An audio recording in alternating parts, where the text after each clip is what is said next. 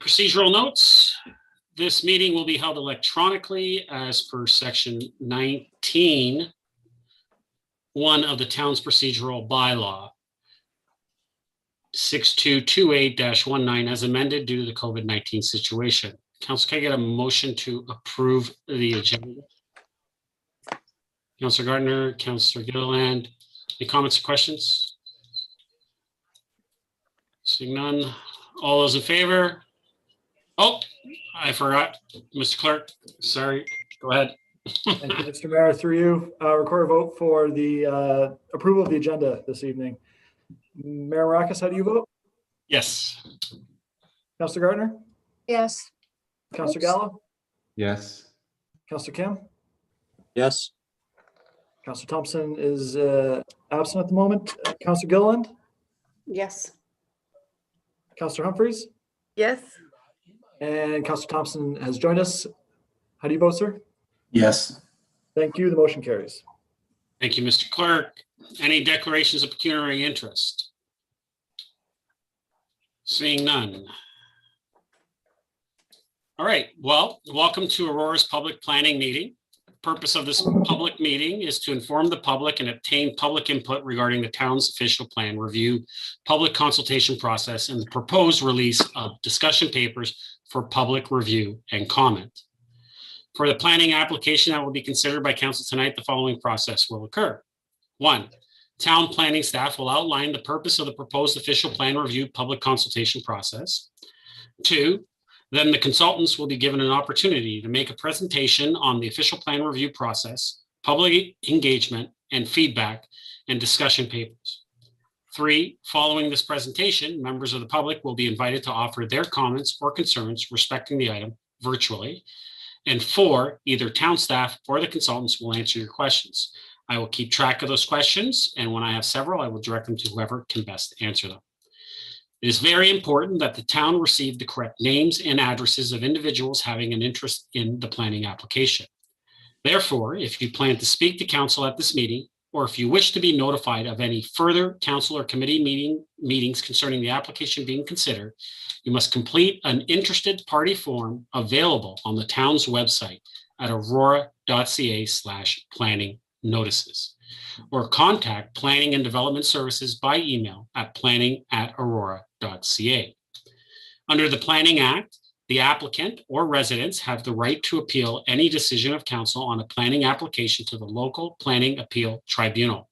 But you must verbally express any comments or concerns here tonight, or submit any comments or concerns in writing to the town prior to council adopting an amendment. The tribunal may dismiss all or part of an appeal made in respect of an application. This public meeting is being audio and video recorded.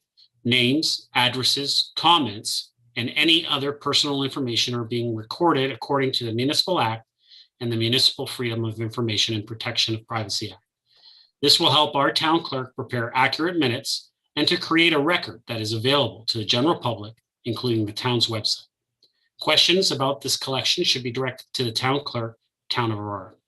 I will now ask the town clerk to confirm that notification to the public occurred as required by the Planning Act. Mr. Clerk. Thank you, Mr. Mayor.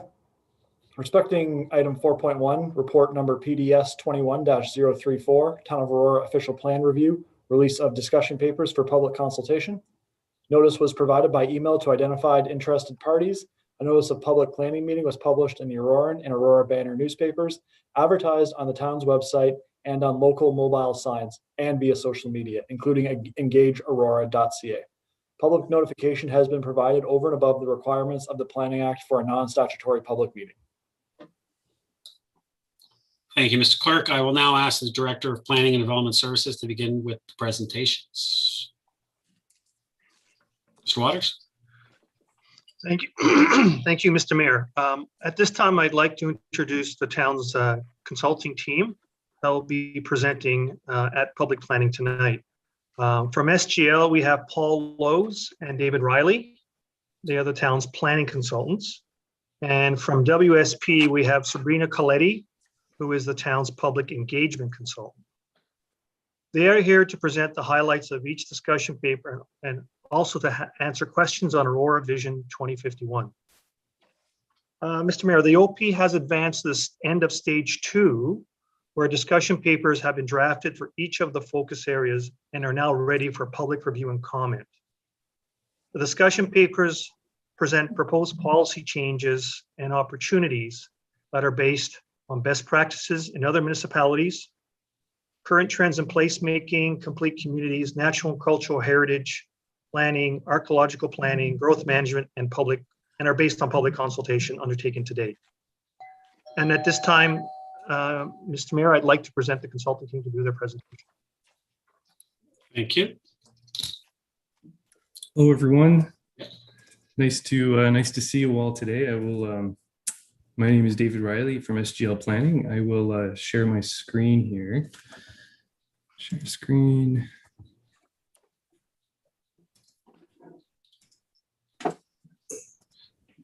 Start the show.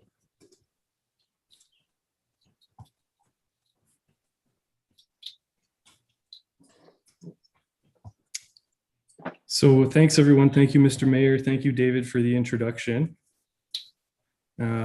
Before we begin, I just wanted to take a moment to David already introduced us, but say shout out to Edward Terry, the project manager, in addition to working with David on this.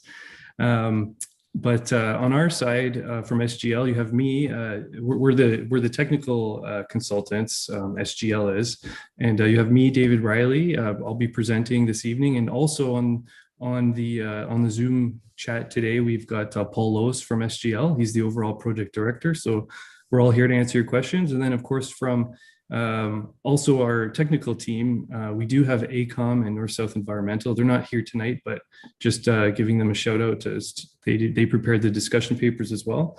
And we also have WSP here tonight, the public engagement consultant for the town. And you will be hearing from Sabrina Coletti during this presentation in just a few slides. So to provide a quick refresher for everyone tuning into this evening, an official plan represents a vision and a framework to guide growth and to manage change within a municipality. So the official plan sets out goals, objectives, and policies to manage and direct physical change in Aurora with respect to many matters. So, social, economic, built form, natural heritage matters. Aurora has an existing official plan, and this plan contains policies to guide growth up to the year 2031. So we're only 10 years away from there. So since the approval of the current official plan in Aurora, new provincial policies have come into effect, including the requirement for municipalities to update their official plans to a time horizon to 2051. So we're looking 30 years ahead. So it's important and necessary to update the town's official plan to lay out a path forward for the next 30 years. So as David mentioned, we've now completed phases 1 and 2 of the overall project. So building on the background information we gathered during phase 1, phase 2 consisted of numerous public and stakeholder events, as well as meetings with the community steering committee, leadership team, and technical steering committee. And then of course, phase 2 also culminated in the preparation of a series of discussion papers, which is a main focus of tonight's presentation. So from here, we move into phase 3 next, which is the policy development phase, and work has already begun for phase 3. The work in this phase will build on the phase 2 discussion papers and will set out specific policy directions to be carried through to the official plan. And then in phase 4 is where the actual amendments to the official plan will be prepared, up to and including the town's adoption of the amendments, which is anticipated for June 2022, so next June. And then in phase 5, following the town's adoption, the amendments would be reviewed and ultimately approved by the Region of York. And so this takes us to near the end of 2022. So now I'll turn it over briefly to Sabrina, apologize for that, to provide an overview of what we've heard so far. Thank you very much, David. Good evening, Mr. Chair, members of the committee. Thank you very much for having me this evening. As David has mentioned, we have concluded phase 2 of the official plan review process. And phase 2 is really where we ramped up community engagement. We actually started with a vision survey at the outset of phase 2, and that vision survey was available throughout the majority of this phase online. The project website, engageaurora.ca/OPR. And the purpose of that survey really was to confirm what was heard during phase one. There was a vision workshop that was had, as well as feedback received by other methods online and through the community stakeholder committee. But what we were trying to do through that survey is to confirm what we heard, to make sure that we got it right. And then that way we could then rely on that feedback and ensure that the themes, the phrases, and the terms that we heard could be appropriately incorporated into the vision for the official plan. We also held a series of meetings, both with the community stakeholder committee as well as with the public. We held 4 meetings with the CSC. Each of those meetings was to discuss one of the 4 discussion papers in depth. Similarly, we had 4 meetings with the public, and each of those public open houses, again, was to discuss the discussion papers in quite a bit of depth, to present some of the preliminary results, and then also to have an open discussion and a Q&A. In addition to those 8 meetings, we held 4 focus group discussions over the course of phase 2. And rather than those focus groups focusing on specific papers, all elements of the official plan were discussed and were in play, but the groups themselves focused on specific groups that may not necessarily get involved in an official plan review process. So we actually went to them. Those groups involved business owners, youth, different cultural groups across the town, as well as seniors and accessibility advocates. We also received some feedback from the leadership team that involves members of council and senior staff at the town, and we also got some feedback from the technical steering committee. Of course, this committee is made up primarily of members of town staff. David, next slide, please. To provide a brief review of the feedback that we received in the 10 stakeholder meetings that were held, we had 51 participants provide feedback.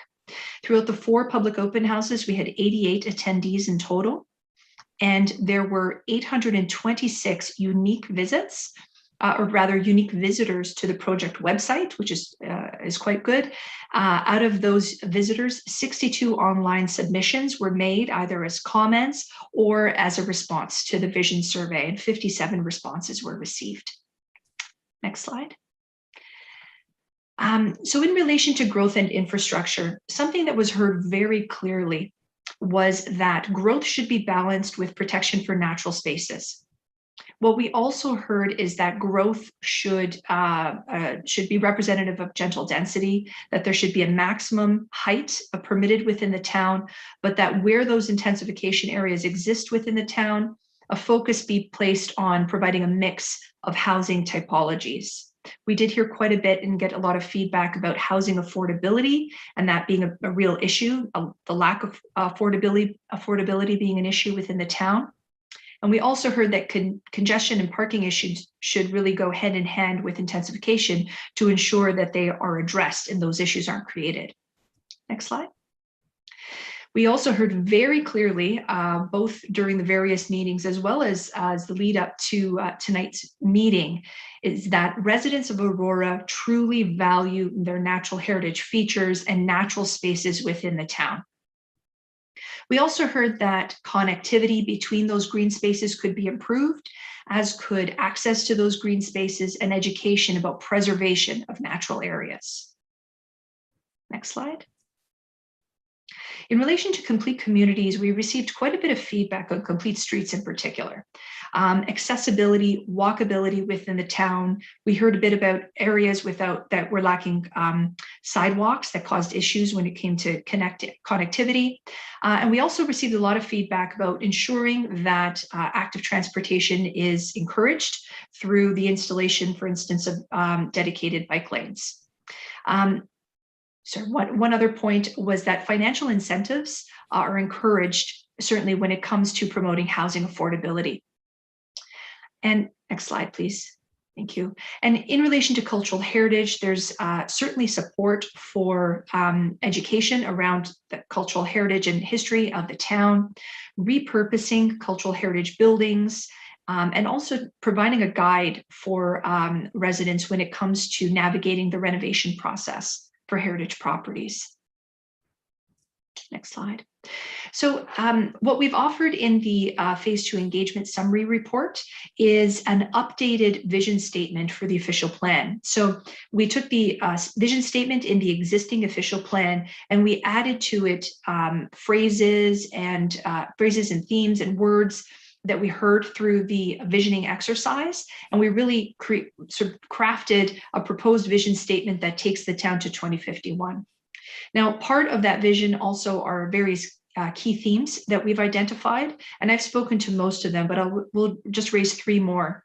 One is adapting for sustainability and climate change. That was absolutely raised as a priority amongst Aurora residents. Facilitating diversity and inclusion is absolutely a priority, as is making places accessible. So with that, I will turn it over to my colleague, David Riley. Thank you very much, Sabrina. And Mr. Mayor, Mr. Clerk, and members of council, we have about, I would say, 4 to 5 minutes left in this presentation. I know we're at the 10-minute mark, so I'm hoping that's okay. We'll just keep going, but just wanted to do a quick little timing check in case you guys were worried. Oh, absolutely. Keep going. Public planning is slightly different, so keep going. Well, that's great. Thank you. So now, after that nice overview of what we've heard from Sabrina, I'll provide a brief summary of the discussion papers, which are organized in these themes that you see here. So growth and infrastructure, complete communities, natural heritage, and cultural heritage and archaeology.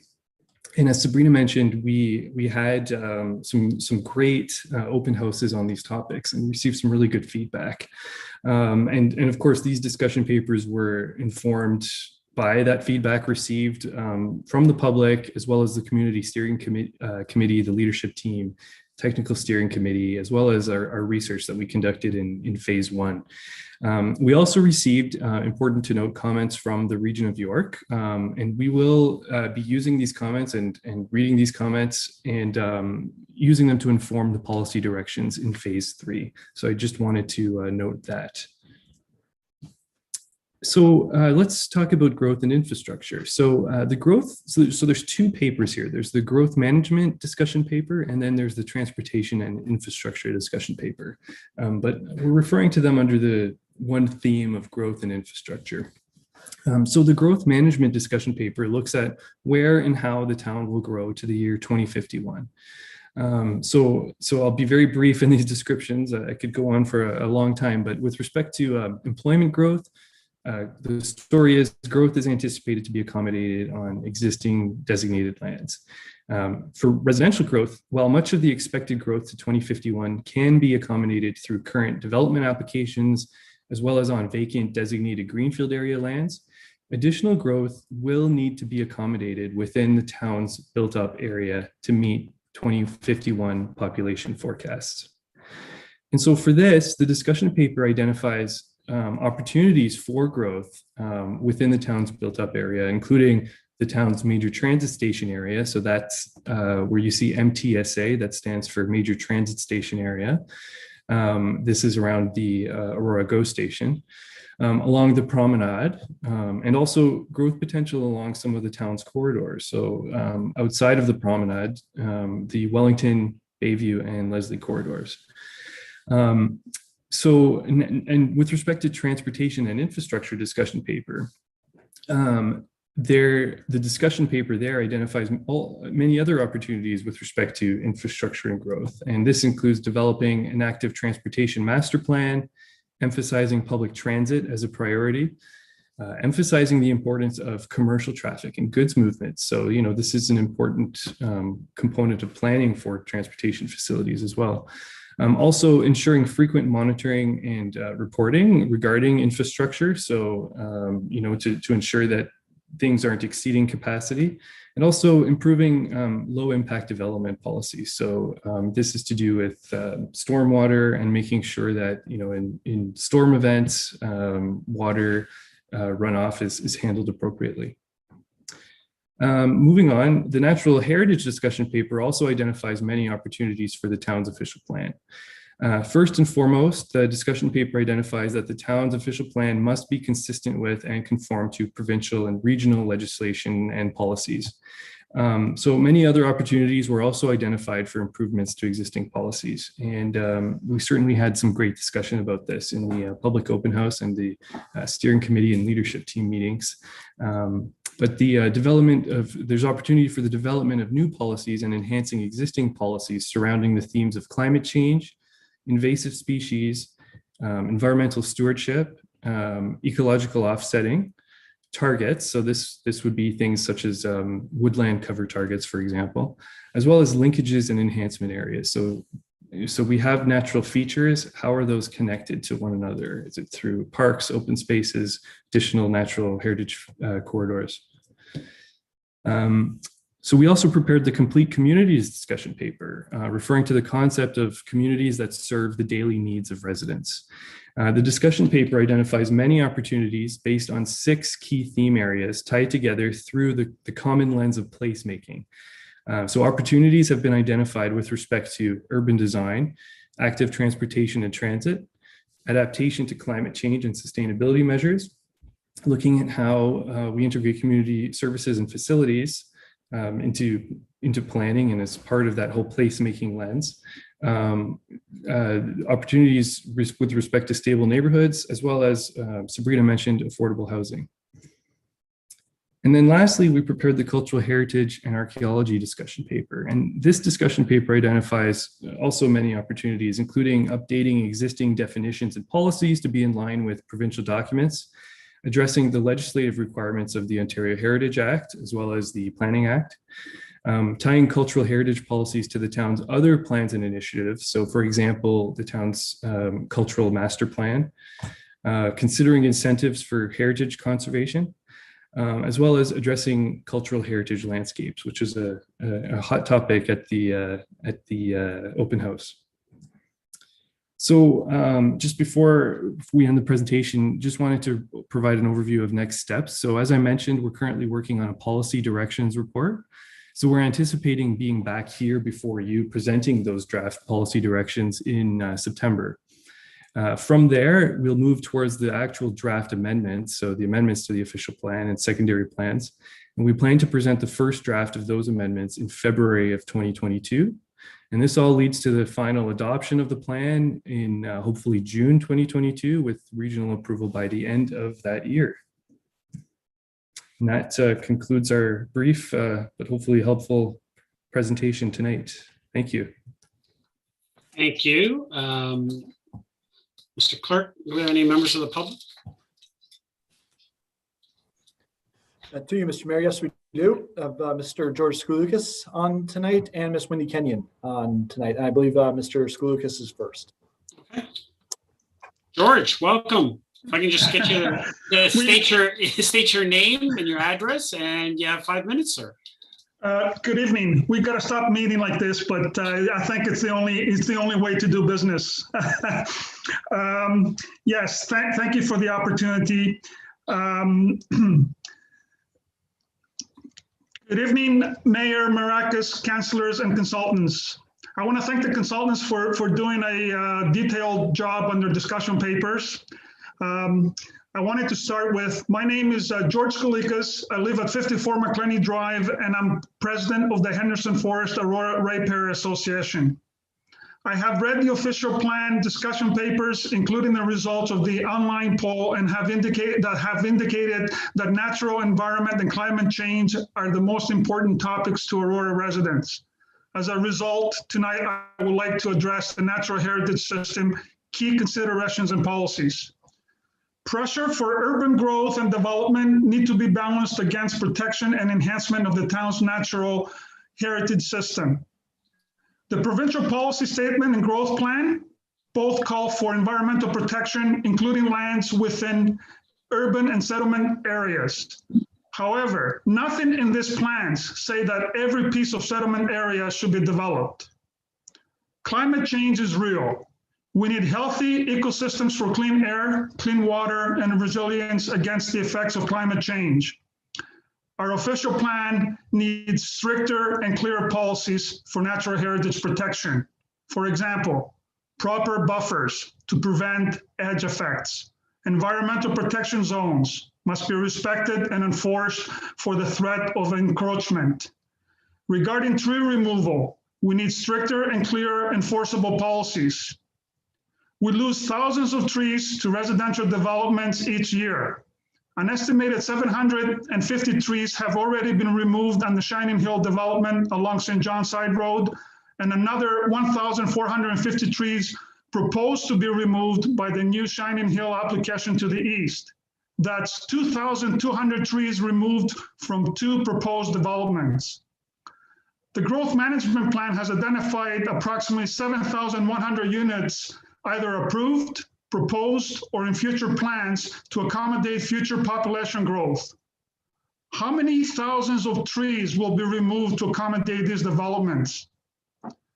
One of the primary goals in the 2017 New York Region Forest Management Plan is to increase woodland canopy cover to 25% by 2031. As of 2017, Aurora's woodland cover was 18%.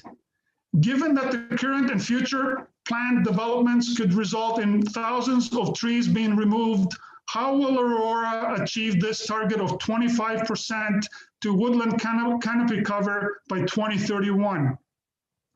Mature trees provide multiple benefits to communities, including carbon storage, removing polluting gases from the air, and flood risk mitigation. Regarding flood risk, it should be noted that a $1 billion class action claim by Oakville property owners alleges that overdevelopment has led to increased flood risks, making their homes more prone to water damage and less valuable. Could this happen to the town of Aurora? The concept of offsetting has been included as a best practice policy in the official plan Natural Heritage System discussion paper. Offsetting greatly concerns me and the Ratepayers Association members, since it is the concept that of trade-off of accepting harm on one natural heritage system that is counterbalanced by benefit actions elsewhere on a like-for-like basis. This practice rarely works. One cannot take the biodiversity and complex ecosystems of one area and replicate it elsewhere. Through empirical data, this practice is recognized in the industry as being extremely controversial, and it rarely produces net gains. We strongly oppose to offsetting. In conclusion, I believe that the town of Aurora aim and intent of the official plan is to guide the town's evolution and development to the year 2051 with a new emphasis on environmental responsibility. Given that residents value the town's natural heritage features and feel strongly about protecting and enhancing them, including recognizing the importance of well-connected natural heritage system, it is time for Aurora to take matter into its own hands, strengthen the policies, and adhere to the policies to protect Aurora's natural heritage system. Thank you. Thank you, George. So now I'll go to Wendy. Wendy, are you there? And if I could ask you the same thing, Wendy, if you can just state your name and your address, and you have 5 minutes as well. Okay, thank you. I can't get my video working. It says I've stopped. Oh, here we go. It said I'd stopped it. There we go. There you go. There we go. There I am. Okay. Well, good evening, Mayor Maracas, councillors, consulting team, everyone. My name's Wendy Kenyon, and I live at 47 McClenny Drive. I'm the VP of HFARA, a local turtle volunteer, and I'd like to talk specifically about the importance of habitat protection. Aurora's seen a lot of change since the last OP review. We know that development can bring about many positive things: new housing, jobs, parks, vibrant communities. Carefully done, this can all be achieved in balance with nature.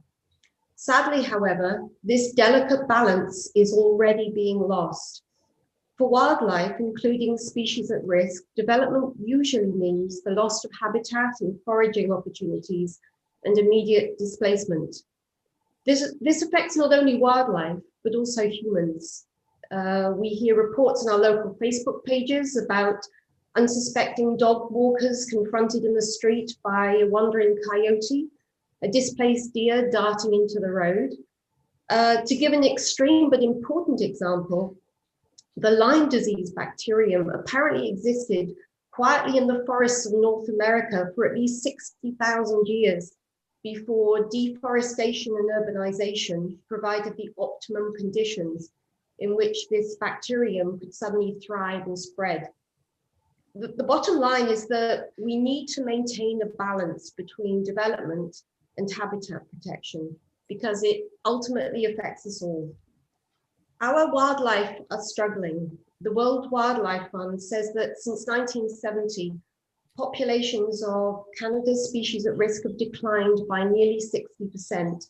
And they're faced with multiple threats: habitat loss, the effects of climate change, pollution, invasive species. They're getting squeezed into smaller and smaller areas and competing for fewer resources. So we're very concerned about the potential inclusion of offsetting. It's extremely controversial and it doesn't address the immediate loss of habitat and connectivity. To give you an example, the realignment of Tannery Creek on the Shining Hill development is an exciting restoration project, but at the same time, it first requires the immediate removal of sensitive wildlife habitat. One has to ask what's going to happen to all the species that currently use this wetland. Offsetting hopes that wildlife will simply pack up and move to the new location. However, it's unfortunately not that simple. For example, in the case of snapping turtles, they're not wired to relocate as their habitat is imprinted in the first few years of their life. The loss of even a few adults can destroy an entire local population. Dr. Sue Castas, director of the OTCC, says that turtles are our wetlands cleanup crew. They scarf up millions of mosquito larvae, maintaining perfect balance. In short, turtles provide a service. They matter. Another major concern we have is the potential change from the outright protection of special concern species habitat to having to prove no negative impact to significant wildlife habitats. We're extremely worried about this because it could erode protection for the very species we should be aiming to protect, and at a time when it matters, i.e. before it reaches the endangered or threatened species list. The species at risk in Ontario list is clear and absolute, whereas classifying significant wildlife habitat and then deciding whether there'll be a negative impact is complex and often subjective. Importantly, in our opinion, this gives environmental firms working on behalf of developers a lot of wiggle room. I understand the final terminology will depend on how restrictive the town decides to be. This will be an important chance for Aurora to demonstrate a meaningful commitment to its species at risk by strengthening, not reducing, their protection at this critical time. Lastly, the town currently places great trust in the Conservation Authority and the MECP. Respectfully, and in our opinion, this doesn't always work out so well for wildlife. We hope the revised OP will set clear policies that can't be overridden by the decisions of those who may not be able to save the day. Environmental policies are being eroded at higher levels, including the Endangered Species Act. So it's essential that Aurora takes matters into its own hands and decides what role it wants to play in the bigger picture. The evidence is clear. Healthy wildlife habitat plays a vital role in healthy human communities. We can either continue to chip away at the woodlands and wetlands and deal with the increasing inevitable fallout, or we can use this exciting opportunity to make a difference, and on a far larger scale. So I say, let's make a difference. Thank you. Thank you, Wendy. George, Wendy, thank you very much. Mr. Clerk, do we have any other members of the public that wanted to speak? To you, Mr. Mayor, no, that's it.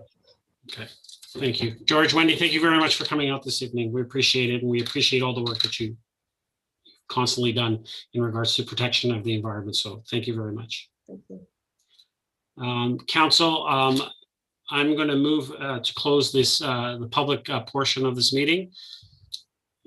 We have in front of us 4.1, which is the Town of Aurora Official Plan Review, release of discussion papers for public consultation. The recommendation in front of us is that report number PDS 21-034 be received. 2, that the discussion papers attached hereto as appendices 1 to 6 be formally released for public review and comment. And 3, that staff report back to a future general committee meeting to present the results of public consultation in the policy direction report. I ask if someone would like to move that recommendation. Councillor Thompson, Councillor Gilliland, second. So now if there's any comments or questions to the report, to the presentation, I will take them now. And I just want to make comment, Council, just to remind everyone, this is not a sprint. This is a marathon in developing our OP update. We got a lot of time, a lot of conversations. We have to hear a lot still from the public. We have, like I was just about to say, we have a lot of time to deal with this issue. So obviously, let's get some questions out. Let's see what we want to hear from staff as far as maybe some high level stuff, and then continue in having some great conversations with our staff as we continue to work through this OP. So I'll see Councillor Humphreys has her hand up. Councillor Humphreys, go ahead. No, thank you, Mr. Mayor. And that's what I agree with. I think the process is being followed and launched as we were hoped. I really appreciate the information tonight. And from the information received from the public so far and the delegations this evening, that there's a lot of focus on protecting our environmental lands and ensure that we do all we can there. So obviously it's a high focus. Continuing to do that is really important. I believe to all of us here and to myself. So I'm just looking forward to many more consultations as outlined at the beginning of the meeting this evening. So I'll just hear what other discussions are on the table, but there's a lot more, as you mentioned, a lot more work to do. And I like the thoroughness, and the more push for further engagement of our public is very, very important. Thank you. Thank you. Councillor Gallo? Thank you, and I echo those comments. I think it's a great thing when the public is engaged. The numbers still are a little low, but I know it's tough to get engagement. But I'm sure the consultants will continue trying, and just to encourage the public to provide your input, because it does affect change, and now is certainly the time. I just have one question, really high level, and I'm not sure who can answer it. I realize the region developed their growth management, plan, and has given us, these figures: 84,900 people and 41,000 jobs by 2051. My question is, what if the town of Aurora didn't agree with that? What if the town of Aurora said, no, we're happy with 70,000 or whatever, whatever that number is? What happens? Do we have a say in that? I'll go to Mr. Waters. Mr. Waters? Thank you, Mr. Mayor. It's a very good question, Councillor Gallo. The region will be here next week to present the status of their MCR and also the rationale behind the forecasts that have been distributed to Aurora on a preliminary basis at the moment. Council can always say have the say for less people and less jobs. However, that could potentially be challenged at the LPAT and initially at regional council. So, it's really up to council in terms of what number they feel comfortable with in terms of growth forecasts.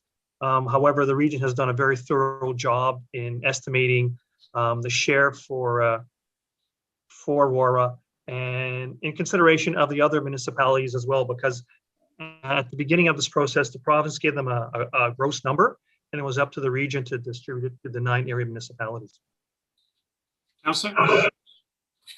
Thank you. And the reason I bring it up is because really I don't know, and I guess we'll hear from the region and we'll get a sense from them. But to me, we should, as a town, as a council, put some thought and effort into, what do we want to see by 2051? Because it may not line up with the region. I don't know what their rationale is. And we may end up in the same place. I just don't know. And to me, going further and deeper into this, everything is going to end up, going back to those numbers. And I'm not questioning them, and I don't know whether those are right or wrong. I just, is there an opportunity for it to be, an Aurora-based decision as opposed to being told by the region? Is there an opportunity for staff to have input from an Aurora perspective on those numbers? Through you, Mr. Mayor. Mr. Waters? Through you, Mr. Mayor, definitely there is. We would have to essentially peer review what the region has done to determine if their assumptions and their land needs assessment analysis is correct and doesn't have any errors in it. So definitely we can peer review that. But I just caution that the province requires the regional municipality to allocate growth to the area municipalities. So it's very much a top-down process. Councilor? Thank you. And just final note, and again, one of the reasons why is because we have to, once we determine those numbers, we have to make some decisions. And, where does infill go? And a whole bunch of decisions. And I'm still plowing through the 600 pages, so I'm not even, through it to make even a sensible argument. But at a super high level, I think at least to a minimum, some effort from staff to advise us their opinions on where we see those numbers at, and it trickles down to, do we have to open up different areas of development when it's not needed? Those are my really high level thoughts. Thank you, Councilor. Councilor Thompson? Thank you. I have the exact same thoughts really as Councillor Gallo. I mean, this is a tremendous amount of work and information being presented to us by the consultants and staff. And just like Councillor Gallo, I'm still reading through everything. But to me, the foundation is the growth management report and the number of people we need to accommodate going forward. And really, once that can be determined, what that number is that we need to accommodate, then you can have a conversation of where to put them.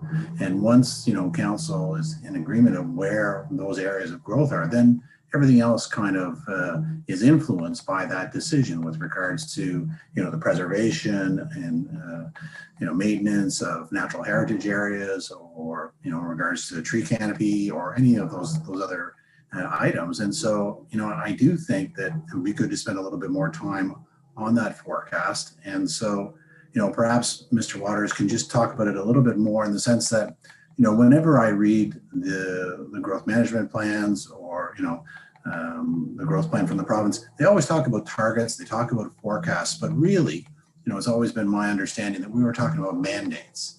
And perhaps there's not a mandate for Aurora to accommodate this, but since it is a top-down philosophy, my understanding would be that the region then has the mandate to accommodate X amount of people, and then they allocate it to Aurora. And so if our number was less, does that necessarily mean that the allocation has to go somewhere else, so to speak?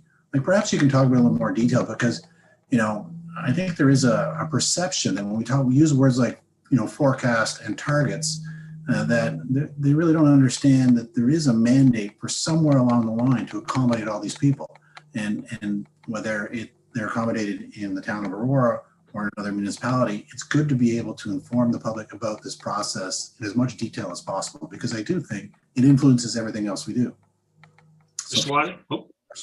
Mr. Waters? Thank you, Mr. Mayor. You're quite correct, Councillor Thompson. There is a mandate for the region to allocate populations of 9 area municipalities, and if Aurora decides that it doesn't want to share, that population will be distributed elsewhere within the region. Where that is, I have no idea, but that would happen. And you're quite correct, Councillor Thompson, that these are targets. The forecast is a target. It's kind of a best guess what's going to happen over the next 30 years, given previous growth rates, immigration rates, market rates, and just the overall growth rates that have occurred historically within the region, and also servicing capacity as well. So there's a lot of assumptions that go into these forecasts, and sometimes they can be right, sometimes they can be wrong. But for Aurora, for instance, the majority of the growth is going to happen within infill intensification, because your greenfields are basically done. There are a few pockets here and there. I think the delegate did reference Shining Hills, which is one of the larger areas for greenfield growth. You're going to have some of the Magna lands along Wellington repurposed for that as well. So for the most part, the majority of the growth will occur within the MTSA that's been identified through the consultant's presentation. And the forecast for 2051 is my understanding. It doesn't assume 100% redevelopment of the MTSA. It assumes a certain portion. I can't remember the number, but there'll still be growth beyond 2051 within that MTSA, and that'll be the primary location for new population growth.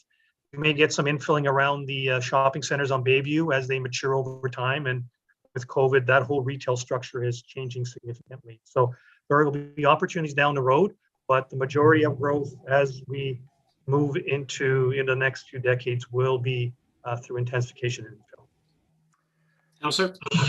Thank you. I appreciate the explanation. And I think we all recognize that there is growth and it is coming, but it is important to balance it. And so I think, taking those additional steps to, I guess, have a better understanding of how that number is determined and whether or not there is some flexibility there, I think is an important step. And I welcome any additional information or discussion around that, so that we as a collective can better determine or be more comfortable with whatever that number is, and then from that everything else flows out of it. I do have a question for the consultants. So when you look at the growth management discussion paper, and they've identified the areas to accommodate those 20,000 people, and I'm just curious whether there was a lot of feedback from the public that was engaged in terms of identifying those areas, or whether they even, had some discussions around, this is what it would look like, and what the feedback from the public, or, will that come in the next stage? Mr. Riley, did you? Yep, go ahead. Sure. Through you, Mr. Mayor, and to Councillor Thompson. Yes, certainly we took, when we were having the growth management, I'm taking the open house in particular, to introduce kind of these ideas of where might growth occur and what does that look like. We presented it in such a way that we gave some examples of, here is, for example, the Canadian Tire site on Yonge Street. Here is a big piece of land along the town's promenade. What might that look like in a redevelopment scenario? And people did comment with their ideas on what that might look like in terms of townhouses, limiting building heights, things like that. But still having retail, they still wanted to go shopping, and they still needed to have those services there. So making sure that there was that balance. So it wasn't a discussion at this point anyway on specific numbers, but really thinking about what does growth look like is what we're trying to get from people. Just because you're right, we don't quite know where we land on the numbers at this point, but that's certainly going to be a big part of the discussion going forward. Councillor?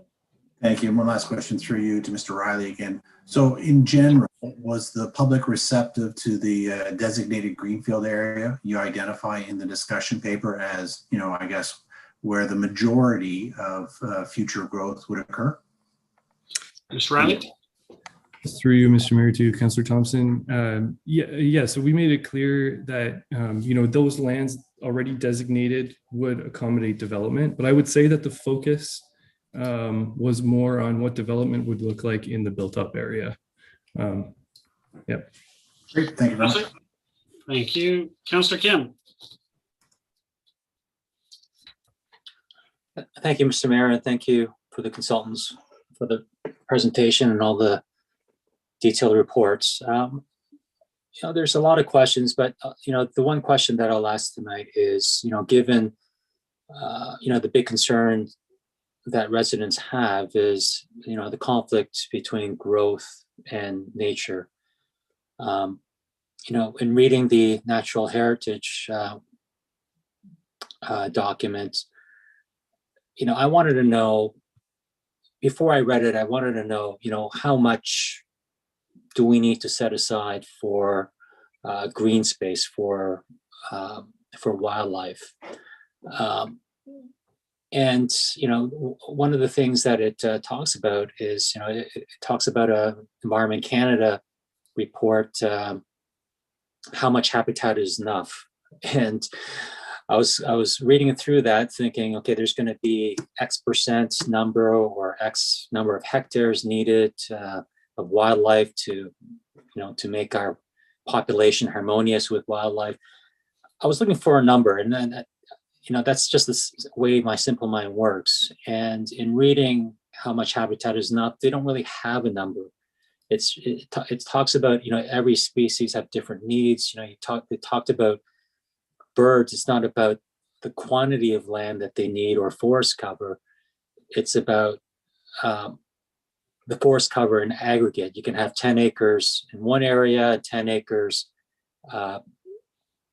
10 kilometers away. So it's just in aggregate, not just in one municipality. And so, and I was thinking, I was scratching my head, how can we have a development or an official plan when it's a moving target when you're dealing with different species, when you're dealing with wildlife. And it just talks about, we want our sustainable, the ideal sustainable plan is to ensure that current population does not diminish. And so, given all the species that we have, even in Aurora, how do our planners and consultants advise municipalities such as Aurora in terms of where we can build? Because when you look at the greenfield areas, we have 1,250 hectares, and 55% is residential, commercial. The other 45 is employment. It's vacant land, but many residents believe it to be natural, green space that's protected, and hence we have this misunderstanding and conflict. And even if people do understand that it's developable land, because nature has moved in, we cannot go ahead with our, or with the regions or the province's growth plan because of Mother Nature. So how do we as council make these decisions when we know that we have a growth plan to abide by, but then we have this complicated equation with wildlife where there's really no one answer? You can't say, well, we're going to designate 10% of our land to wildlife and that's that. Like, how do we deal with that complex question? I'm not sure whether it's consultants or staff who can answer that, because that's going to be the most complicated discussion that we have, in the next 5-10 years. Thanks, Councillor. I'll go, Ms. Lowe's. Thank you, Mr. Mayor. Through you to Councillor Kim. It is a complicated aspect. And what the approach has been over the last 10 years is to try and take a scientific approach to protecting natural heritage and identifying what we call a natural heritage system. And that's taking not only the features that have been identified, such as through the provincial policy statement, that have to be protected, but also identifying what is required surrounding those features to protect the wildlife that is sensitive, that needs that protection. Now, some of the wildlife can live and breathe and through urban settings. Others need that larger natural heritage areas. So that's part of the plan, is to develop a natural heritage system. Now, to be frank, in Aurora, we have to realize that most of your designated greenfield, all of your designated greenfield, has already been planned through secondary plans. So that natural heritage system is largely set. What we'll be looking at is where does it need to be refined and improved? Obviously, your Oak Ridges Moraine component that is protected through the Oak Ridges Moraine will remain as protected. So it's with that existing natural heritage system, where can we tweak that? Recognizing that much of that has already been designated for your secondary plans. So we'll be looking at that. We have our natural heritage consultants, North-South Environment, are very knowledgeable and experienced of creating these scientific natural heritage systems, so they can identify for us where we need to tweak to make sure that habitat is protected as required. I hope that helps to answer. Councillor? Thank you, Mr. Lewis. Through you, Mr. Mayor. So that answers a lot of my questions. So my next question would be, if I'm not sure what the secondary plan off the top of my head will entail in some of the greenfield areas, but is it possible if we discover that some of the greenfield areas are environmentally sensitive to certain species, that we can revert the land back to a different OPA through an OPA? Mr. Lewis? Through Mr. Mayor to Councillor Kim. Absolutely. That's the tweaking I mentioned. We will review and update, make sure that there's none of those sensitive natural features have been missed in previous planning as part of the secondary plan. Now, where things have already proceeded, some areas that Greenfield has already proceeded to draft plans of subdivision and registration, but where they haven't, where it's vacant land designated in the secondary plan, we will confirm that. It's also confirmed through the process, the planning process, where developers come forward, even though a secondary plan may have not identified a feature, they're required to do detailed environmental studies to confirm the boundaries of those features, confirm that nothing has been missed. So we'll look through it as an official plan, and we'll make sure there's strong enough policies that give you the teeth when the developers come forward with their draft plans of subdivision to ensure that any significant natural feature that's been missed will be caught through that process, and your staff will be reviewing those studies as they're brought forward. So it's a kind of a belt and suspenders approach. We'll review what's there and provide the strong enough policies to ensure it's captured when they do more detailed studies. Councillor?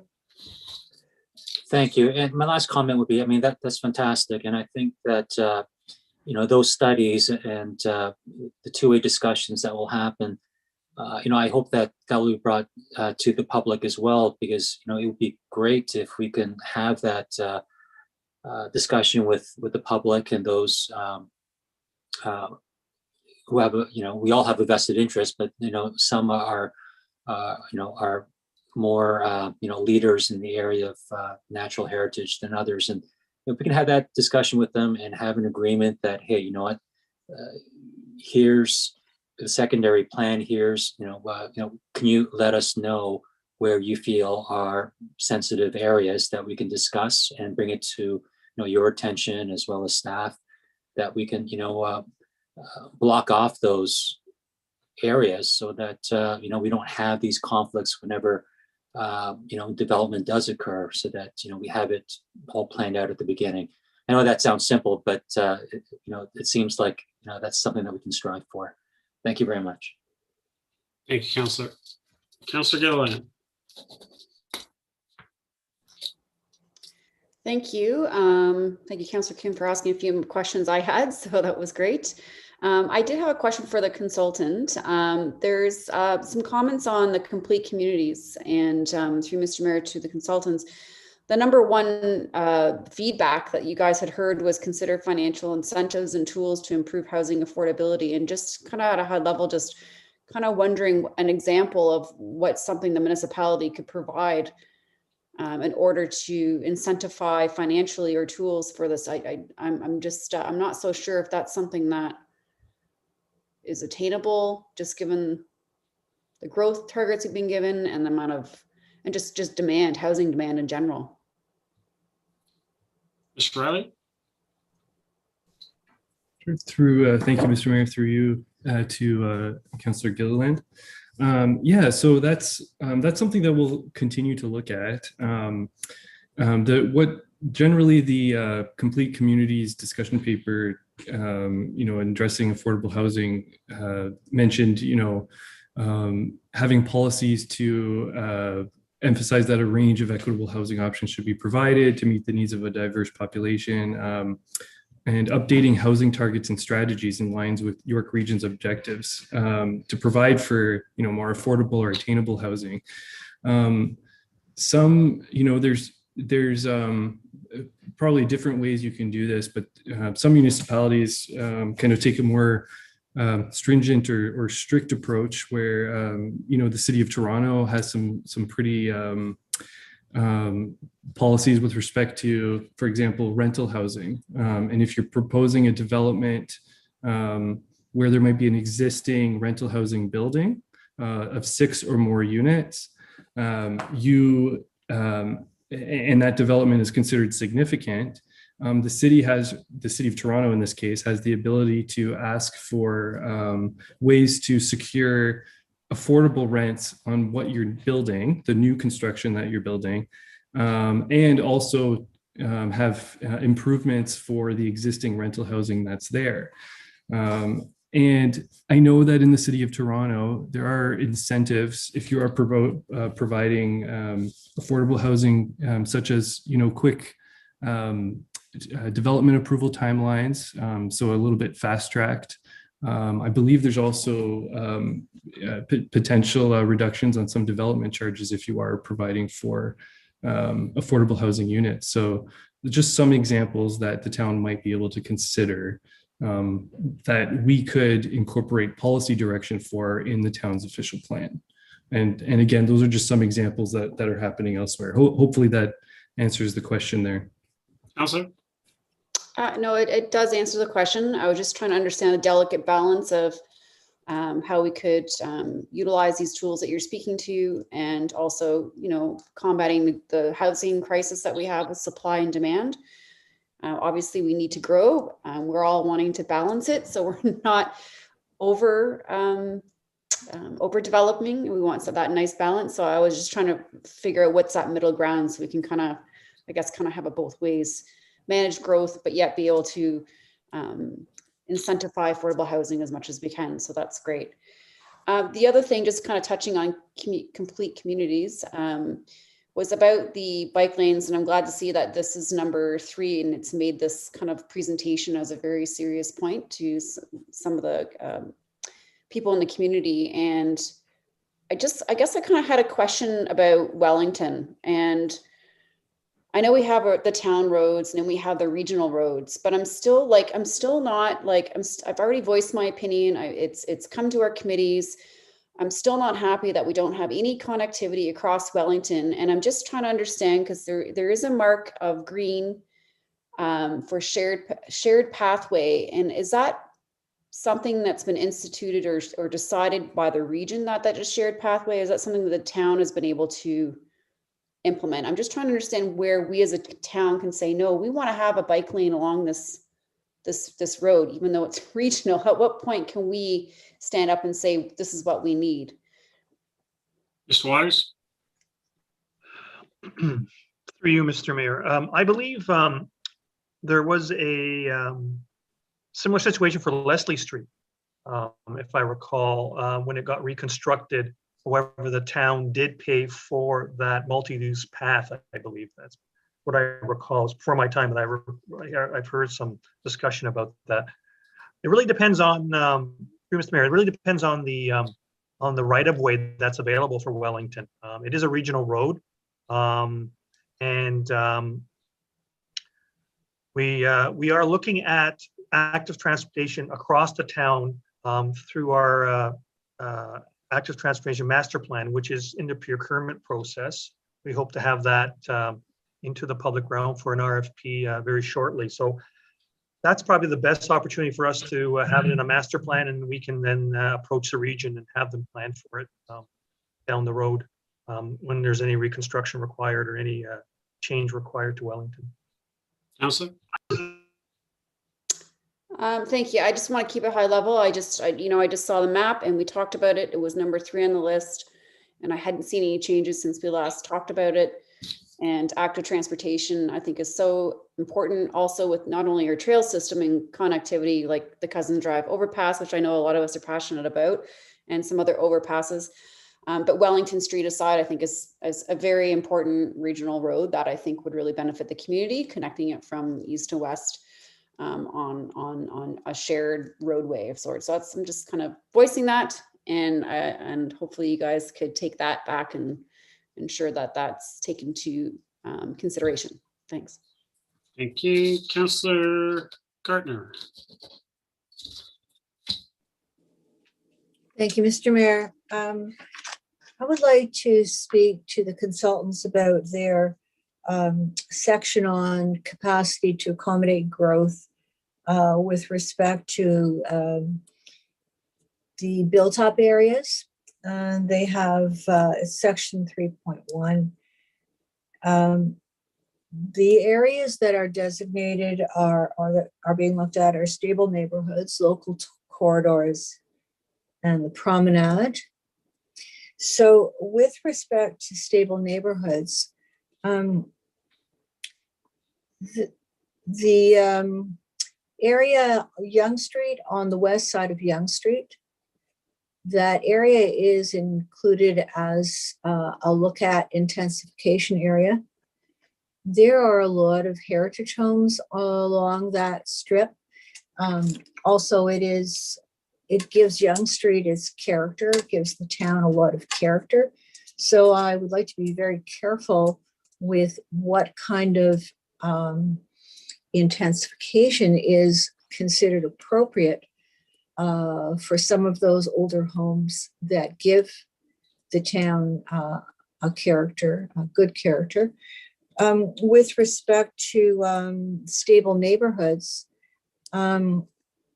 I'm going to read from a section. It's discussing secondary dwelling units in the stable neighborhoods. And it says, policies on stable neighborhoods in the town. It is reasonable to assume that a certain proportion of new dwellings to be accommodated in the future will be in the form of secondary suites. And they're targeting 5% of the new homes built or renovated in the stable neighborhoods will have secondary suites. I disagree with that. I would like to know, with respect to the new builds in the stable neighborhoods, how many secondary suites have we lost? Because a lot of those older homes that were taken down did have secondary suites. And I would like to know how many of the new homes added secondary suites. And also, if we do want to have secondary suites in that area, what tools do we have to encourage that? And you may not be able to answer that now, but I do not think the new builds in the older neighborhoods have the intention of building to accommodate secondary suites. Mr. Lewis? Through you, Mr. Mayor, to Councillor Ertner. I think it was just a bit of maybe confusion in the way we wrote it. What the figure was meaning was that approximately 5% of all homes in the residential area we could anticipate secondary suites. So it wasn't about the new builds. It was all homes. So generally existing homes, new builds, so it would be both. It's a general rule of thumb we've found in many urban areas. It ranges from about 5 to 10% of homes will at any one time accommodate a secondary suite. So we've looked at the lower number of about 5% to accommodate secondary suites. Councillor? And I think that is probably a fact with the way the stable neighborhoods were before the larger homes started to be built. I think there were a lot of secondary suites that weren't registered with the town. The new ones are being registered, but there were a lot of secondary suites that were not registered, but they were there providing affordable housing. And one of the main concerns of the residents, certainly in two of the stable neighborhoods, was that when these older homes are taken offline, so are the secondary suites, and therefore the affordability of people to buy homes and rent out secondary suites to subsidize that purchase. The way it does read here is, I mean, it is reasonable to assume that a certain portion of new dwellings in the future will be in the form of secondary suites.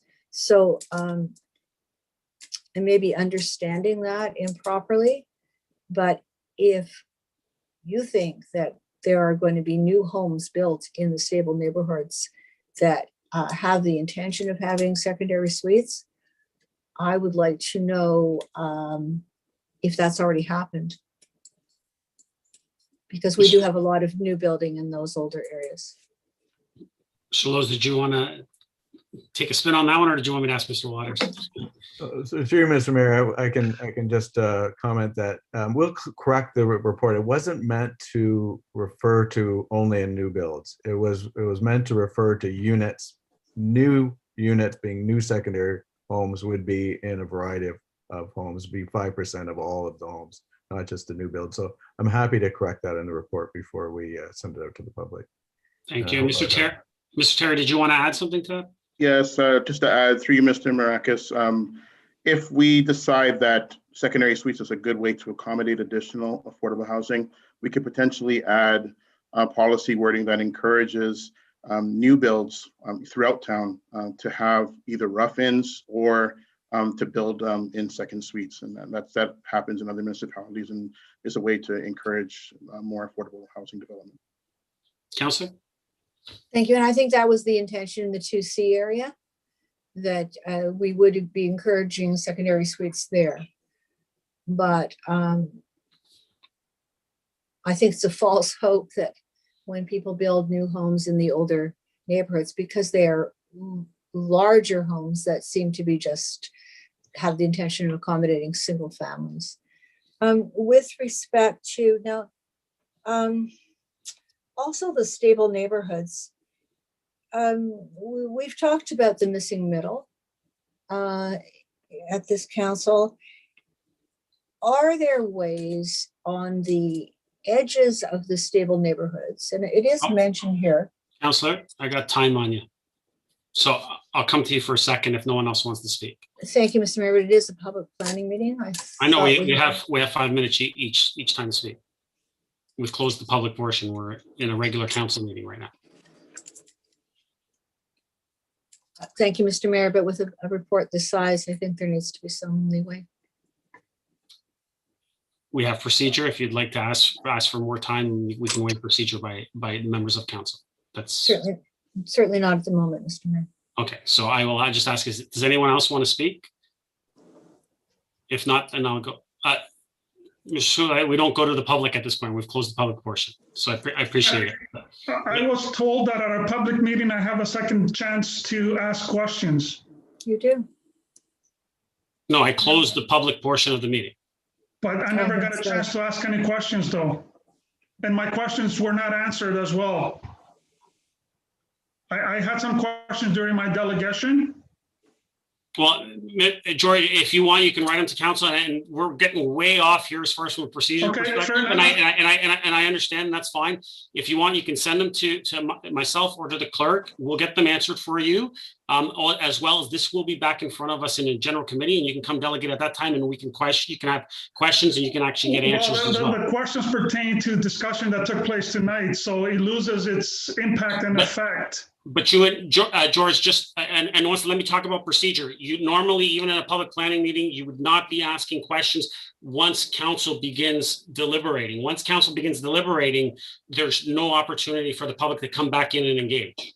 Okay, I wasn't told that. I was just told that there. Okay, fair enough. I accept it. Thank you. I'm just going to listen in. Thank you, George. Thank you. Is there any other comments or questions? Otherwise, I'll go to Councillor Gardner for a second time. Councillor Gardner, go ahead. Second time. Thank you, Mr. Mayor. I'm not a quick speaker. I'll do my best. So I would like to see opportunities for duplexes and fourplexes, perhaps at the fringe of the stable neighborhood areas. I think that addresses some more affordable family housing, and I think it's very appropriate because it's on the transit corridor. With respect to the Heritage District, that wasn't mentioned as an area of intensification, and it certainly won't be a large area of intensification, but there may be properties in the Heritage District that are not heritage that might be able to, easily accommodate a duplex or a fourplex. We've seen an example of that. So it's an opportunity to look at the possibility of adding soft density in the Heritage District. And also with respect to, I'll speak to that another time. I do have a lot of questions with respect, I'm offline, Mr. Mayor, with respect to the policy part, the policy gap discussion paper. Mm-hmm. So I'll ask as many as I have time for. The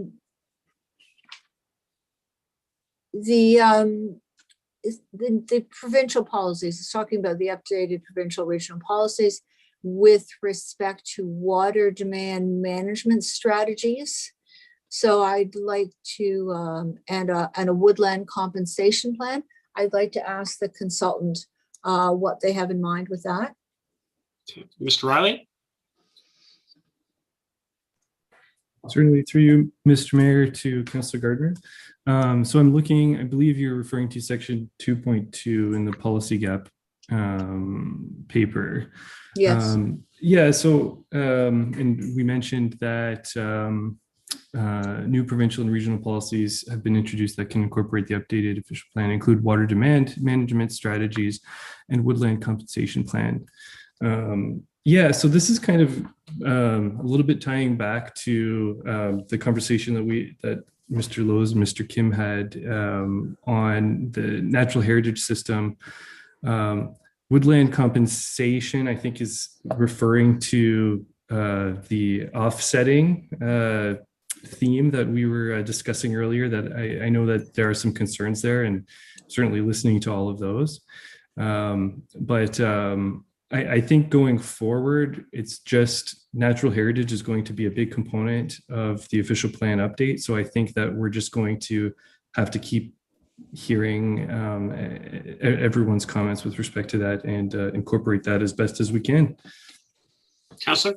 Thank you. A comment on offsetting. I know it's presented by the two delegates tonight, but it's something that I hear a lot of. And I would appreciate looking further into that. With respect to, again, 2.4, the OP update should consider providing policies regarding urban forestry management, which include locally significant woodlands. I don't know if you have a comment on that. Mr. Riley?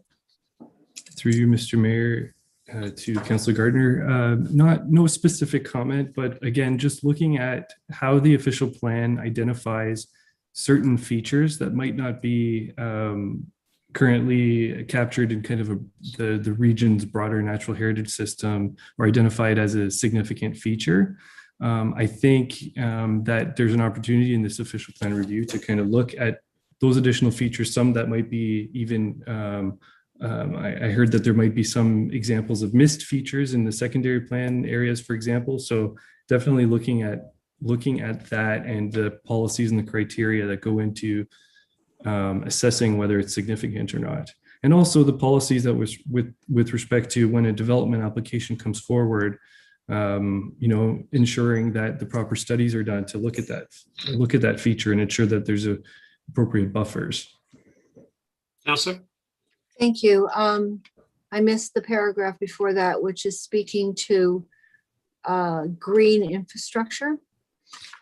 Green infrastructure is something that is becoming more and more important over time, and it's affordable infrastructure. I think we need to look into that more. And you do mention LEED. There's also something else, it's called Passive House, which you probably are aware of.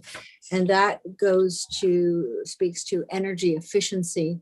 And of course, that is so important these days. With respect to 2.5 intensification,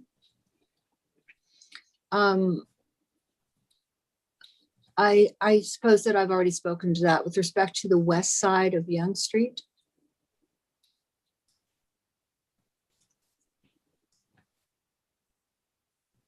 Were you asking, Councillor Gardner?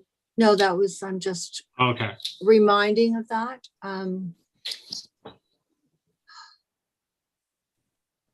Well, I don't know, Mr. Mayor.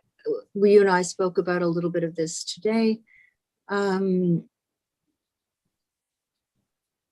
With respect to the secondary plans, I would like the consultant to speak to OPA 73 that they've mentioned, and also OPA 37. OPA 37 is said here it's not a full secondary plan, but it is a settlement area of the moraine, and I think that's why OPA 37 is there specifically. So could the consultant speak to that, please? Mr. Ryan? Certainly, through you, Mr. Mayor, to Councillor Gardner. Yeah, we've been looking at the secondary plans and the structure of the official plan in general, in how it addresses the secondary plan. So you've got this parent official plan document, but then you have these separate documents with separate policies for the secondary plans. And what we're getting at in this paragraph of the policy gap discussion paper, and we talk about it kind of throughout the complete communities paper as well, is we want to bring a lot of these policies, which we think are applicable to kind of a broader area, or could be used as the basis to form policy that would be applicable on a townwide basis, to kind of tie in all of the secondary plans together back into one document and leave those specific policies that are specific to a geography within the secondary plan. So kind of reduce the secondary plans, bring more policy into the parent plan so that it governs kind of the whole town more uniformly and in line with kind of one vision for the town. So that's kind of what we're getting at. And yeah, you're right. OPA 37 is unique in that it's in the moraine area. And I think that we'll have to pay special attention to that secondary plan in what that looks like in the future, particularly along Yonge, and what development might look like. Councillor, I just want to let you know, the clerk let me know you have a minute, so I just want to let you know so you know, so you don't have to, I don't have to cut you off or anything. So Thank you. I have one more question and then I'll be out of time, but perhaps a comment. 20 and 25 Mavronack in the employment, for employment areas, is that, Mr.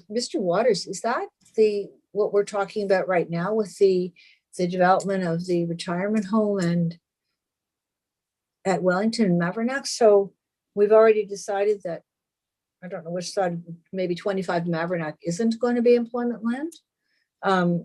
Across Mavronack on the north side of Wellington, there is a little pocket, but it doesn't seem to me to be very large. Mr. Waters?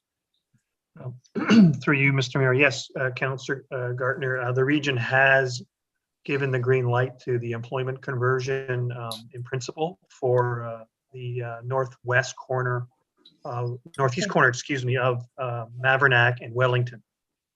It's not approved yet. It's been given, it needs to go through regional council in the form of an official plan amendment or their OP. Sorry, could you just describe the other property you're looking at? They're both, Mr. Waters, they're on either side of Mavronack, right, north of Wellington. So I think the one on the west side maybe was given the employment light. The one on the east side, I think they've allowed it to become part of the retirement home complex, but I'm not sure. Mr. Waters, I believe that whole parcel, both sides has been through the MCR process and has been given the green light to convert into residential from employment. You're correct, So Mr. Mayor. something to look at. And if I might just comment, when the last time we did the official plan, the town did appeal to the region. We were able to reduce our figures because we had so much, our growth and employment figures because we had so much Oak Ridge's marine land. So we were successful in that. And when the region was doing its corridor strategy, its transit corridor strategy, Aurora was also able to appeal to the region to say that Aurora didn't want to be a center because we had our heritage district there. So, I mean, there are opportunities to appeal to the region if we have a good reason. Thank you. Thank you, Councillor. Councillor Thompson, second time. Thank you. I just really would like to talk about next steps. So I guess through you to either the consultants or Mr. Waters, the recommendations before us is to release these discussion papers. And then when I look at the report tonight on page 10 and 11, it does talk about the fact that there will be future meetings, both a public open house as well as Engage Aurora. So, for members of the public, like Mr. Skouliakis and others who, really haven't digested this whole document and will be in the coming weeks or months, where is the best place for them to get answers if they have questions or want additional information? Is it through Engage Aurora or is it through that public open house? Perhaps we can just talk about the next steps and how the public can continue to be engaged and informed. So, Mr. Waters or Mr. Riley, who wanted to go on? Mr. Waters, go ahead. I'll start off through you, Mr. Mayor. I'll start off and I'll have the our consultants add as well, especially as Sabrina's just she's on as well. There's plenty of opportunity and over the next few months for the public to become engaged and to provide their comments on the discussion papers, and we look forward to that. It's a critical component of getting a plan that everybody has buy-in to at the end of the day.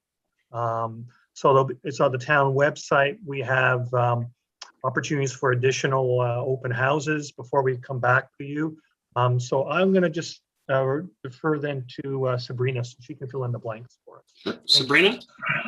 Certainly, Dave. Thank you, David. Through you, Mr. Mayor, to Councillor Thompson. The additional opportunities to get engaged certainly exist on the website. That's the primary place to get information, to stay involved.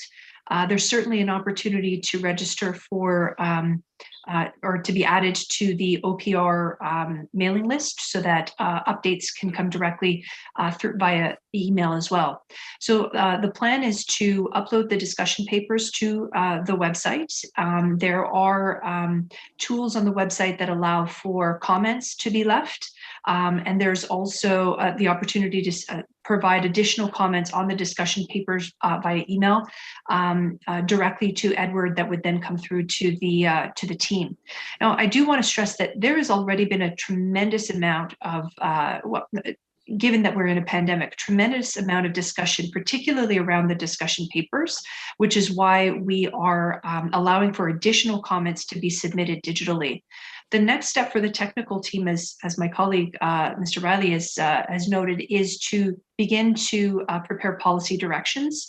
And certainly there will be an open house that will speak directly to the policy directions report and really some of the directions that speak more policy directions, but really to actual amendments that may be proposed to the official plan itself. So we've been speaking to issues through the discussion papers, but we would get into the nuts and bolts of those of how the amendments would find their way into policy. So this is the best way to stay involved going forward. Thank you very much. Councillor? Thank you very much, Ms. Coletti. Again, through you, Mr. Mayor, to Ms. Coletti. I hear you when you say there's been this amount of feedback already. However, we do have 60,000 residents. I'm sure that we could generate more feedback. Are there any additional things that we could do to assist in getting, I guess, people engaged or involved in this that perhaps would be of assistance to you and your team? Sabrina?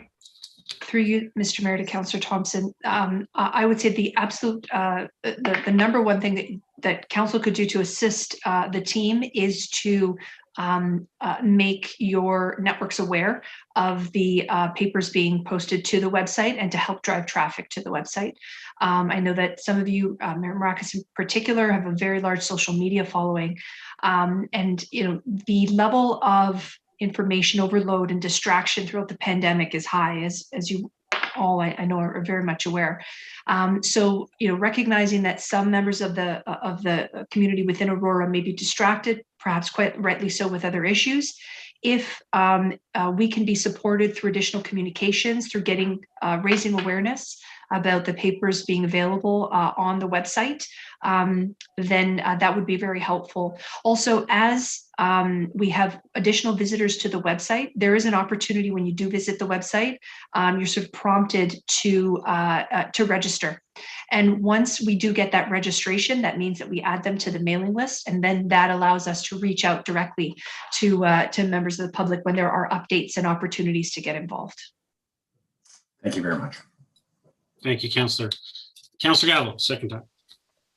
Thank you, Mr. Mayor. I'd like to make a suggestion, as it's relatively early and I believe an error was made, with all due respect, and in letting the public speak twice. I think we kind of jumped into our portion, and seeing how Mr. Skoliakis is still online, I think we should give him an opportunity to ask his questions. I mean, I don't see anyone with their hands up, and it's relatively early, and when we do have a public that wants to speak, I think we should do our best to allow it. So I'm happy to put a motion forward if we need to allow him to ask his questions. Yes, and I would need a motion. That'd be correct. So that's fine. So if you want to put that motion forward, does someone like to second that? Councillor Humphreys. All those in favor? All those in favor? We need to see the hands, everyone. Thank you. Opposed? That carries. George, are you still there? Indeed, I am. Thank you to Councillor Gallo for allowing me the opportunity to speak, and I'll try and make it brief, but just wanted two questions. Number one, I'm just wondering if I'm going to get any answers to some of the questions that I posed earlier during my delegation or my speech, I guess, because it's been a public meeting. But the second question is for clarity purposes, and it relates to the growth discussion paper, growth management discussion paper.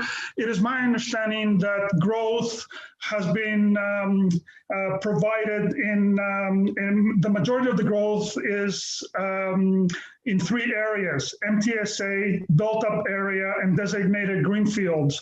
And it's comprised of, as you know, the existing application, the existing units from the applications that are currently before the town. And, based on the planning application status report, those are available. So we know the existing, and then the future potential units that are going to, or developments that are going to be accommodating the remainder of the 20,000 long-term population growth. So the question is, Mr. Waters earlier said that the majority of the population growth is going to be in the MTSA. I like the consultants to verify that, because what I read in the management growth report is that there are three areas that are going to accommodate all that growth. And we're talking about approximately 20,000, population of 20,000, 7,100 units or lots. So someone, just for clarity purposes and make sure that I understood the growth management plan correctly, I would like someone to kind of verify that. Thank you, Mr. Skoulakis. Mr. Waters? Thank you, Mr. Mayor. Through you to Mr. Skoulakis. I'll just qualify what I said. The long-term growth will be in the MTSA, but in the short term, we still have some pockets of greenfield lands that are going to move forward, and also employment conversion lands that will be moving forward for more traditional ground-orientated housing. I'll ask David or Paul to provide some additional detail in terms of the short-term growth. Mr. Lowe's? Sorry, good to have it off mute. Thank you, Mr. Mayor. Through you to Mr. Skoulakis. Our growth management report looked at the capacity in the existing designated greenfield area. As Mr. Waters said, we're more the short term. That's the remaining lands and under application and certain lands that are vacant without an application. And you probably have about half that 20,000 population could be accommodated in those areas. Got another about 3,000 that could be accommodated in applications in your existing build-up area. And about 2,000 is what's being identified right now in the major transit station area, with the remainder going to be along the promenade primarily, as well as a little bit on the local corridors that Mr. Riley mentioned when in his discussion of the presentation. So it's a combination, but as Mr. Waters said, the greenfield growth would be more of the short term, as well as the applications you get right now getting in the build-up area. And the longer term will be the major transit station area, the promenades, and a little bit in the local corridors. Sorry. Thank you for clarifying. Thank you, George. And George, Mr. Waters, can we get answers to Mr. Skoulakis's questions from his comments in his first time around? Can we get those sent to him? We can. I'll get you to watch the video. Or Mr. Riley, you want to jump in, so go ahead. Yeah. Sorry, I believe one of your questions through you, Mr. Mayor, to Mr. Skoulakis was with respect to the woodland canopy cover. Was that one of the questions that you were referring to, and how will we achieve the 25% woodland cover? That is correct. Yeah. So I just had a look at the report, and it looks like right now in Aurora, the woodland canopy is estimated to be around 18% coverage. And I think your point was, if there's a bunch of trees being removed somewhere, how do we get to that 25% target? That's right. So I looked into the 25% target. I think the 25% target is a region-wide target, and the target for Aurora in particular is 19 to 20% by the year 20 to 31. But still, that's an increase in woodland over the 18% that's estimated now. So I think I don't have an answer for you exactly, but I think one of the things that we want to do is, we've talked a lot about natural heritage systems and potentially improving the connectivity between natural heritage features with kind of linkages. That would have an effect of potentially increasing somewhat the woodland cover, but also looking at how within our stable neighborhoods and other residential areas and even redeveloping areas, how can you increase woodland cover? Even if you imagine redevelopment of a large site that might be a vacant commercial site that's all parking lot, how can we incorporate more trees into that? That would increase kind of the urban woodland cover in that instance, but also protecting woodland cover, canopy cover loss in stable neighborhoods through redevelopment. This might be more specific to zoning, but you could have policy speaking to maintaining that. One of the ways that woodland or that canopy cover is lost is new driveways or expanding driveways where street trees are removed. And so that's one of the things I think that we can speak to in the official plan and probably do a little bit more work on in arriving at some of these policy solutions to what was identified. And Mr. Skoulakis, I can't recall what your second question was. Can I respond to your response, please? Certainly. Yeah, thank you. You probably know that woodland, the total tree coverage is a different definition than woodland. It's comprised of woodlands, trees and streetscapes and rural trees. So if you're going to combine all that, then the percentages are different. So in other words, I believe that the woodland coverage is at 18%, and then the street, when you add the other components, it's another 10%. So you're at Aurora will be at 28%, but the original targets are well above 30. So we still fall short. And, so if you're mixing all three, then, and my question or my issue is mostly about if you're going to accommodate all these new developments with respect to the population growth, you are removing you're removing tens of thousands of trees to accommodate, the 20,000 people. So I don't see how you can move that needle in terms of percentage coverage from a current number that you're already sufficient under the original average to, because you're not maintaining and then adding to it, you're actually removing from your total coverage. So that's where, I have a sort of a quandary or a question, how you're going to, in 2031, get to the 31% average when you're currently at 28, and every year you're removing thousands of trees. So through you, Mr. Mayor, to Mr. Skoulakis, maybe I think I just need to look at the numbers in a little bit more detail, and maybe I'll take Mr. Mayor's suggestion and get back to you after this. Yeah, and I know you mentioned you had a second question too, but maybe you could just reiterate what that was. The second question. I'm trying to think of, I have a concern with offsetting, obviously, and because it doesn't really work. And we have no impact, which basically means that you're mitigating, and that's a contradiction of terms in terms of no impact. So you're mitigating, and now you're trying to introduce another policy where the developers will be able to take advantage of in terms of offsetting, where we know that like to like, it's almost impossible to do that. In addition to the fact that I think it's even in your own report that states that mature woodlands and mature ecosystems are almost impossible to replicate.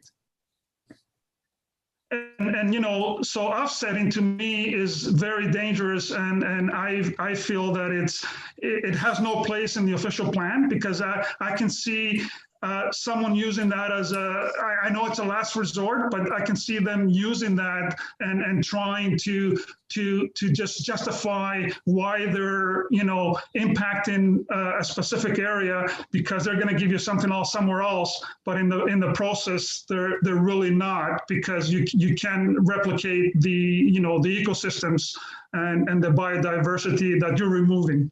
So that's my point about that. Mr. Terry? Yeah, I just wanted to say quickly, that is precisely the purpose of doing the discussion papers. We've been hearing loud and clear that offsetting is something that is not a fan favorite from the residents.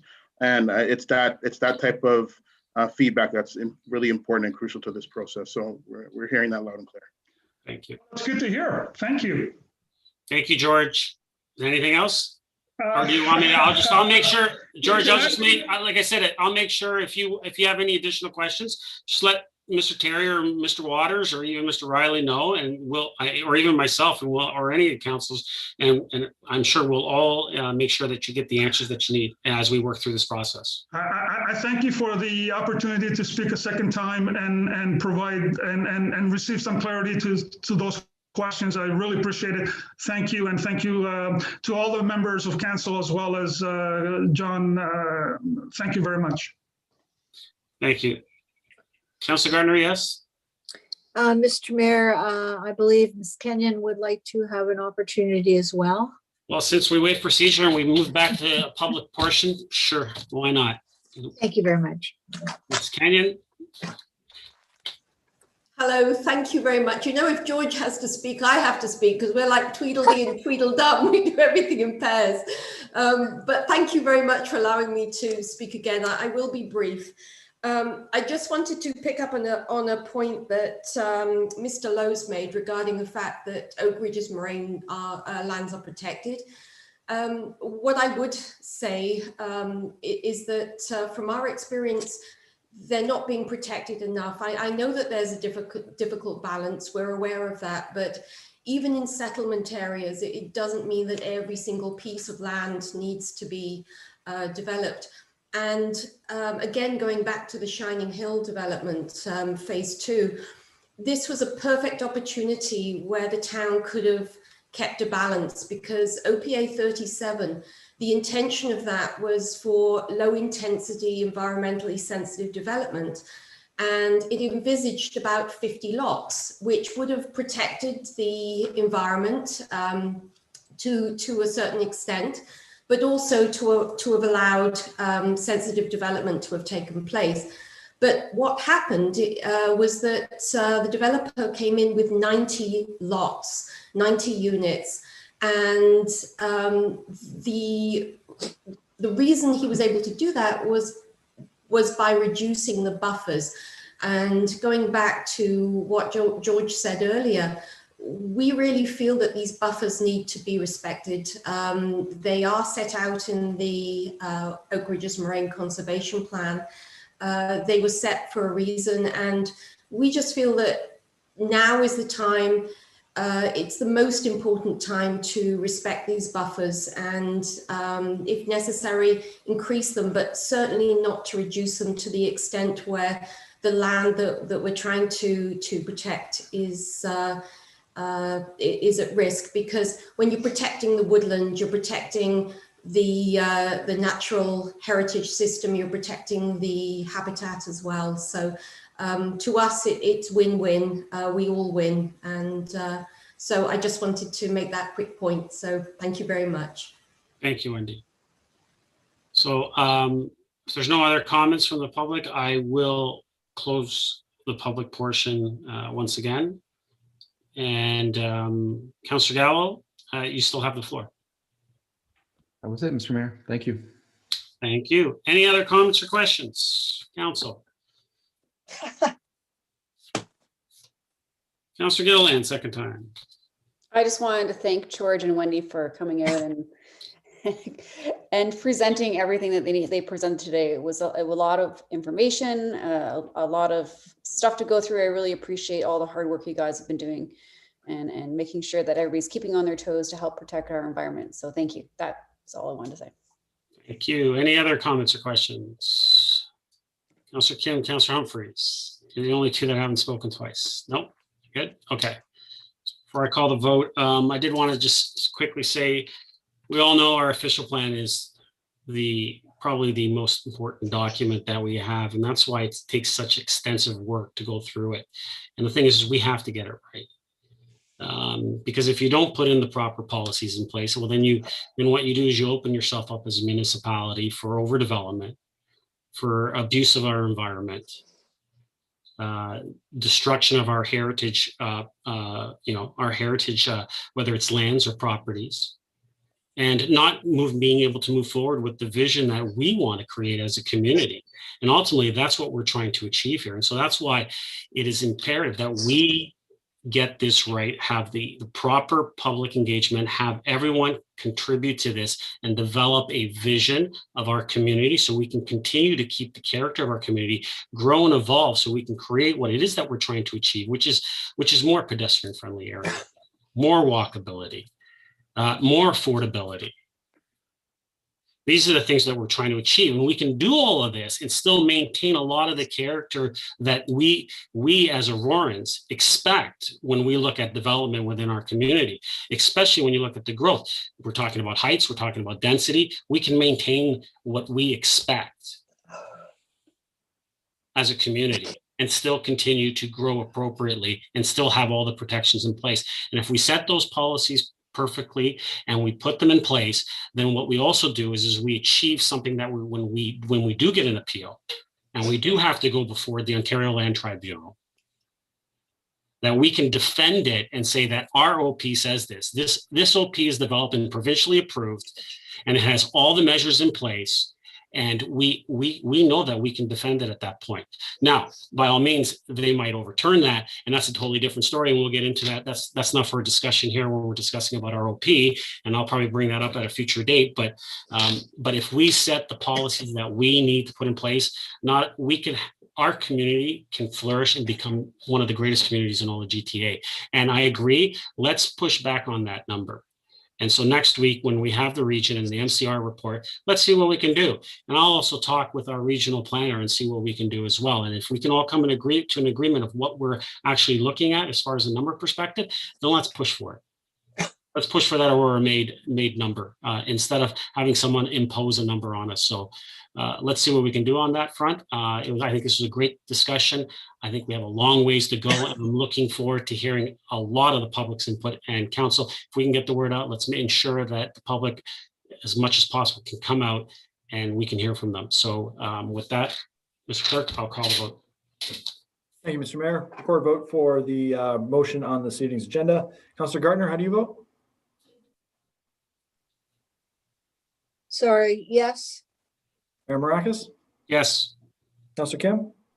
Yes. Councillor Humphries? Yes. Councillor Gilliland? Yes. Councillor Gallo? Yes. And Councillor Thompson? Yes. Motion carries. Thank you, Mr. Clerk. Confirming bylaw. Someone like to move that? Councillor Humphries, Councillor Thompson, Mr. Clerk. Thank you, Mr. Mayor. Recorded vote for the confirming bylaw. Councillor Kim, how do you vote? Yes. Councillor Gilliland? Yes. Councillor Humphries? Yes. Councillor Gallo? Yes. Councillor Gardner? Yes. Councillor Thompson? Yes. And Mayor Maracus? Yes. Motion carries. Thank you, Mr. Clerk. Can I get a motion to adjourn? Councillor Gallo, Councillor Gardner, all those in favor? Opposed? That carries. Stay safe, everyone. We'll enjoy your week and we'll see you next week.